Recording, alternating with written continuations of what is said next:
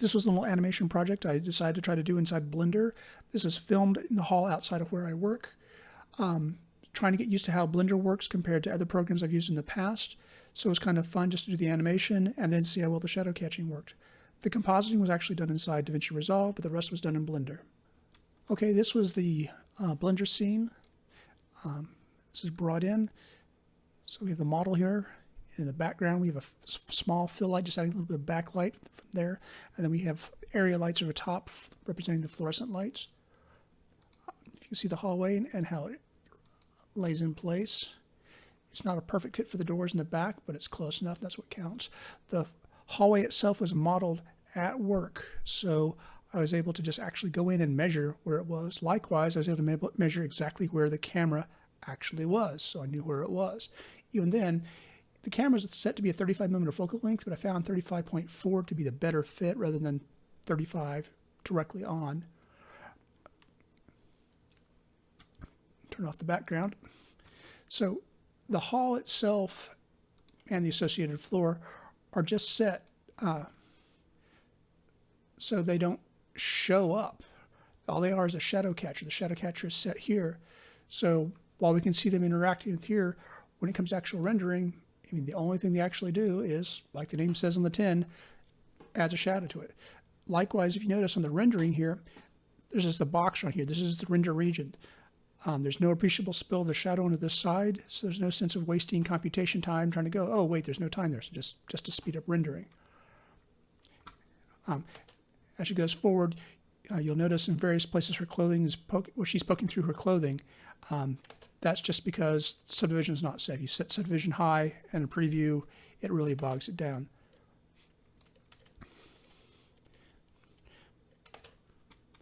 But if you look and compare that to the hallway, you can see that there.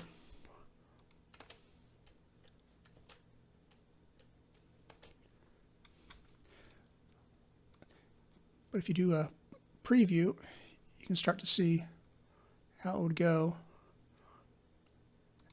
And if you do a render proper, let's drop the... So here's a quick and dirty. This is quick and dirty. There's also using two RTX 2070 Supers.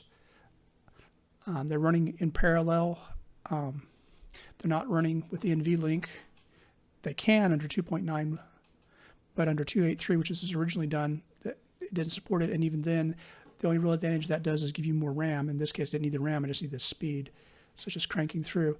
And if you look, you can start to see the shadow edge showing up right through here. And here the shadow is very, very, very obvious. You see this slightly hard edge here, right down the side there. And that actually corresponds to this edge here, which you would expect. So that's basically it. The camera was set up in locked location. The hallway was modeled. The lights were dropped in where the lights actually were. The floor and the hallway are just shadow catchers for the rest of it. So you just capture the entire animation at a proper resolution and you're off to the races. Okay, a quick comment on how the dress was done. The dress is all done actually in Marvelous Designer, but to prepare for it coming in, way back here at the very beginning, I'll start off as a straight T-pose. And then I give it, that 100 frames there at the beginning to actually get into position and then start walking. So that's 100 frames, so it's about 4 and some change seconds. And that just gives it time for it to come into a reasonable position and then start off with the animation. If you're looking at this in terms of subdivision, you can see if you turn the subdivision up, there it's nice and smooth. Turn the dress, bring it up as well. Now it starts to get nice and smooth as well.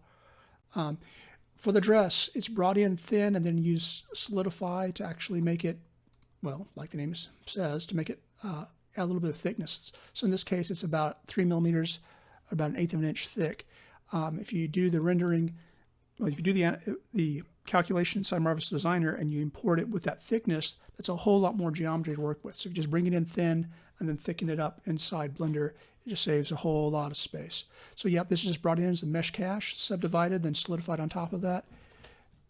And you can see when it's got subdivision on, it is slow.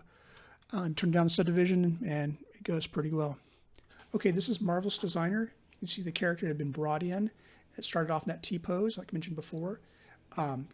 Characters in there. The clothing is created over here to the sides. The bottom part you can see is just a simple circle dress that gives it lots of folds to the cloth.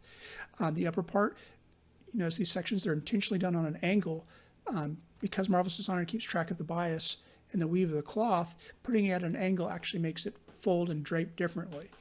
This is running with the GPU rendering, and GPU rendering is really nice and fast. It's not quite as perfect as the other rendering, but boy howdy, it's toasty fast.